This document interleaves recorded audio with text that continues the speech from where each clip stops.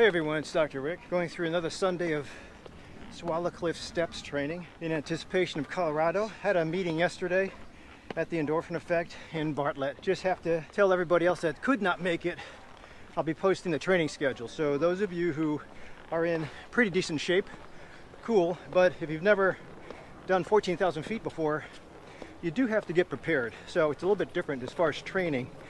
The level of perceived exertion that you hear me braking for at every sentence stop, that's about level 2. I don't have a heart rate monitor, but there's 5 levels of exertion. That's nice to train with burst activity, especially when we ascend past crux or scramble, because the mountains that we're engaging in Colorado, a lot of them have class 2 designation, meaning that you do have to scramble, climb over rocks, unsure footing. So high tops are important. And then again, getting your bearings. So that's called proprioceptive exercise. And when the ankles are only used to treadmill work or straight concrete, and you're not used to walking on divots, if you're not in high tops that are tied up, you could twist an ankle. And then somebody's got to carry you back, especially if you're on top. So I already had one of the hikers tear Achilles tendon, so he's out. So we really have to be careful. And believe it or not, the guy that tore his Achilles has done the Grand Canyon up and down before.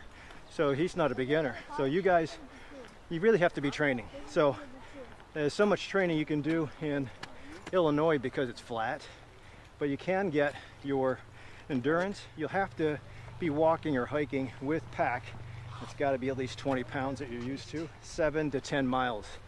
The round trips on the hikes that I'm choosing are about that distance, and that's not including elevation change.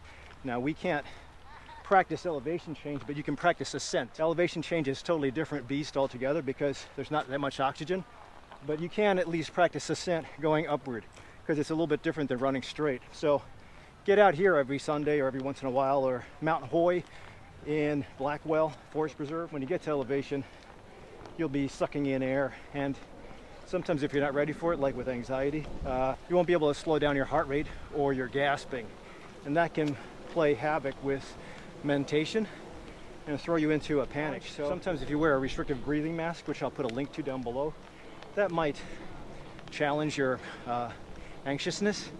But we'll be taking breaks frequently, water, on the way up as we hit about 13,000 feet.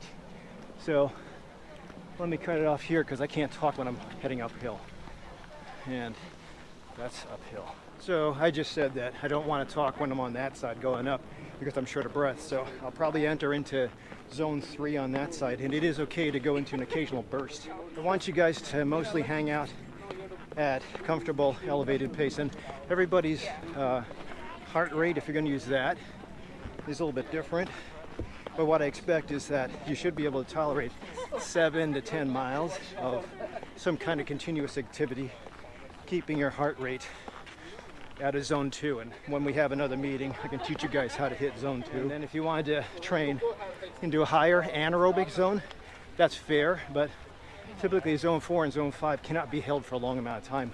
They're not meant for that. But if you wanted to get into fat burning and just get that exhaustion out, that's cool, especially you HIIT guys. High intensity interval training trains for that, going anaerobic and being fat adapted, but endurance is not asking for that. Maybe during certain maneuvers, but the entire time, if you don't want to have excessive cramping and exhaustion hitting the wall, you gotta do endurance. And you runners that train with marathons, ultramarathons, you're probably okay, but you still have to get used to carrying weight. It's a little bit different, mechanics are off, core has got to be utilized. Even if your hydration is okay, you're not going up with me unless you're carrying at least a gallon of water to 2 gallons. Okay, that's 10 rounds.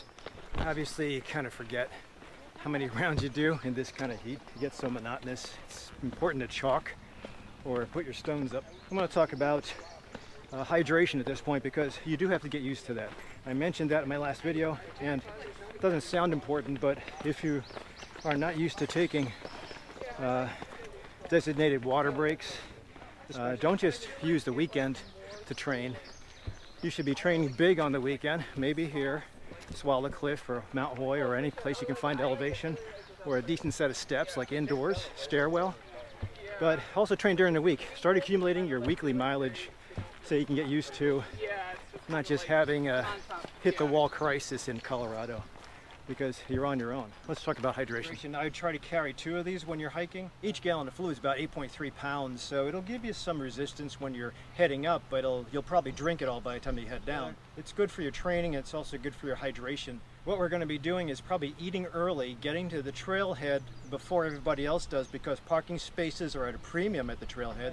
Bathrooms are at a premium too, and some trailheads don't even have bathrooms. Probably a good idea that you eat, dump at the hotel or the campsite that you're at, and then we go fresh. If you're planning on eating and pooping at the trailhead or on trail, there's no place to go. It's not that you have to be fasted when you're training, but you should get used to that and at least be fat adapted. And I have other videos to teach you about being fat adapted.